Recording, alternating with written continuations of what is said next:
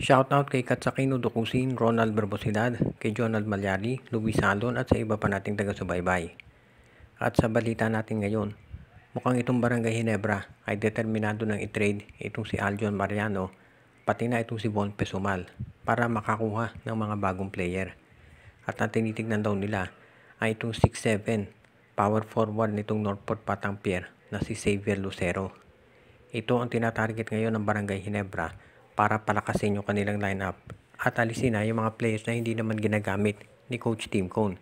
At kabilang na nga dyan, itong si Lucero o itong si Aljon Mariano at si Von Pesumal.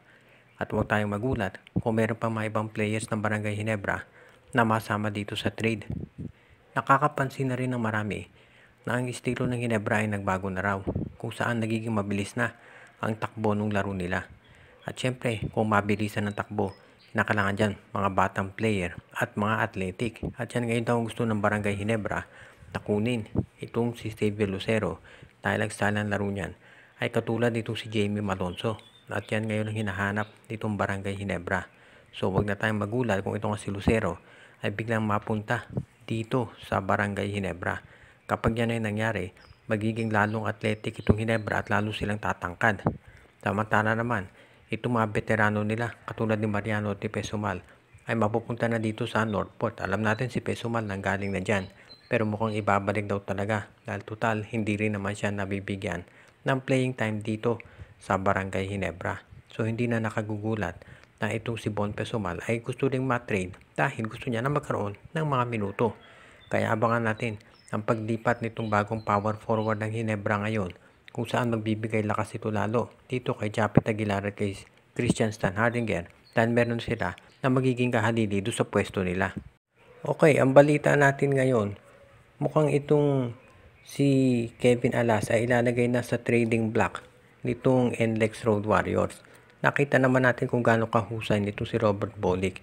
Hindi ko na kailangan pang ipaliwanag kung bakit siya magiging top point guard nitong NLEX Road Warriors kahit makabalik pa itong si Kevin Alas. Dahil kayang-kayang umiscore ni Bolick, nakita natin naka 46 points nga nung isang game niya. At itong huling game niya, pinangunahan na naman niya sa panalo itong NLEX. Kaya sa ngayon, ito si Kevin Alas, kung makababalik man yan, magiging backup point guard yan nitong Northport o nitong NLEX Road Warriors. Pero sabi nga nila, ang malamang pang mangyari dyan, itong si Kevin Alas ay tuluyan ng i-trade nitong NLEX habang meron pa siyang trade value. Dahil syempre, alam natin medyo mahirap mag-trade ng player kapag palagi nang nai-injure. Nakita natin, of course, ito si Paul Lee. Kaya hindi natuloy yung trade yan dito para kay Robert Bolick dahil nga ito ay injury prone. And of course, alam natin, nag-Japan B-League itong si Bolick. So sa ngayon, tignan natin kung saan mapupunta ito si Kevin Alas, pero malamang destination daw niyan ay Blackwater Bossing. Pero kung maging healthy ito si Kevin Alas, baka sakali sa TNT Tropang Giga. Kung inyo maaalala, ito si Alas dapat dyan na nga napunta yan sa TNT noon. At kasama siya doon sa trade kung saan involved din itong Meralco dahil gusto ng Converge noong makuha itong si Bong Quinto. Pero ang naging problema nga, nagka-ACL si Kevin Alas, kaya yung trade na yon ng Converge, TNT at Meralco ay hindi na natuloy. Kaya sa ngayon, itong management daw ng MVP Group ay iniintay na lamang na makarecover itong si Kevin Alas mula doon sa kanyang injury at pagkatapos noon ay saka na ito ite-trade. Dito rin natin makikita kung ano ang gagawin na pag-shuffle nitong NLEX dahil ang balita nga dito si Jong Wichico, yan ang magiging coach nila. At syempre, kapag may bago kang coach, magkakaroon ng mga player movements dahil gusto mong kunin player ay yung pasok sa sistema mo.